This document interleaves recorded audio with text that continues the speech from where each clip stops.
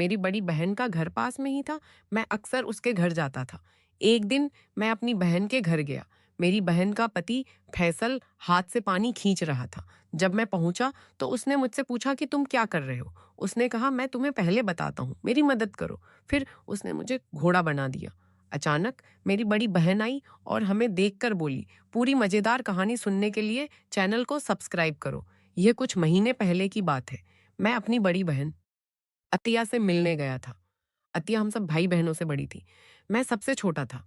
जब मैं पहुंचा तो मेरे जीजाजी पक्का अपना परिचय दे रहे थे। वे भी काफी बड़े हो गए थे। मैं हैरान था, इस उम्र में भी वे अपना परिचय दे रहे थे। अचानक मेरी नजर उस पर पड़ी और उसने कहा, क्या तुमने नहीं दिया? मैंने कहा हाँ। फिर मैंने कहा, हाँ, मेरे पापा कहाँ हैं?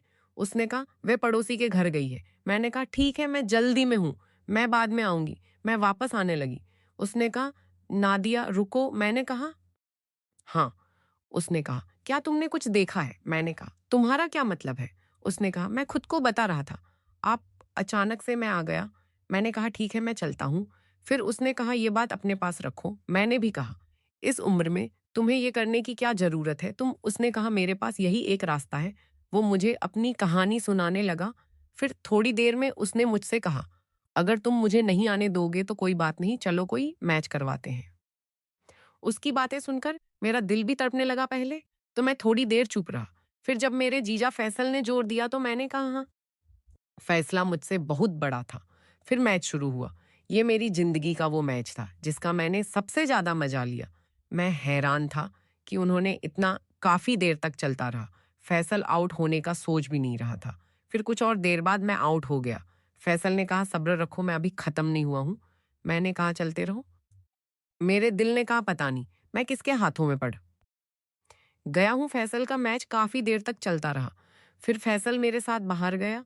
मैं भी तैयार हो गई थी। फैसल थोड़ी देर रुका और मुस्कुराकर मुझे बताया। उसने कहा, मुझे मत बताओ कि तुम्हें कैसा लगा। मुझ में और बोलने की हिम्मत नहीं थी। मैंने बस हाथ से कहा, बहुत अच्छा। वह मुस्कुराने लगा। कुछ देर बाद मैं उठी और घर चली गई क्योंकि मेरी बहन आने वाली थी। वह अभी तक नहीं आई थी।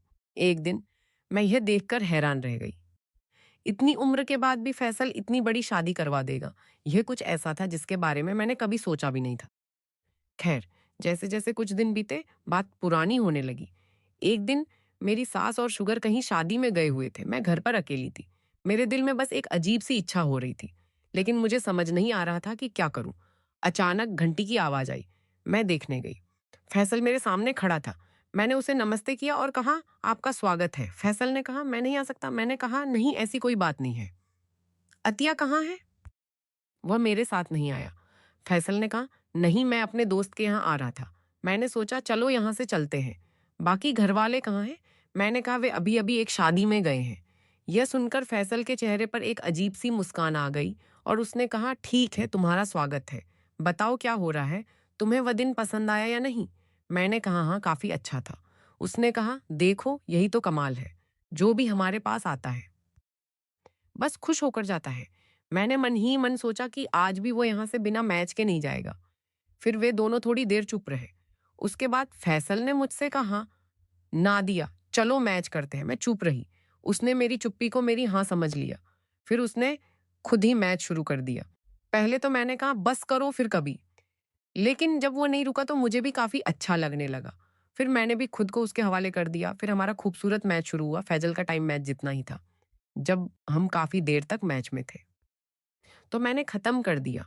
लेकिन फैजल को अभी आउट होने का कोई अंदाजा नहीं था। फिर वह थोड़ी देर तक खेलता रहा। फिर वह गोल तक भी पहुंच गया। हमें इस गेम में काफी शांति मिली।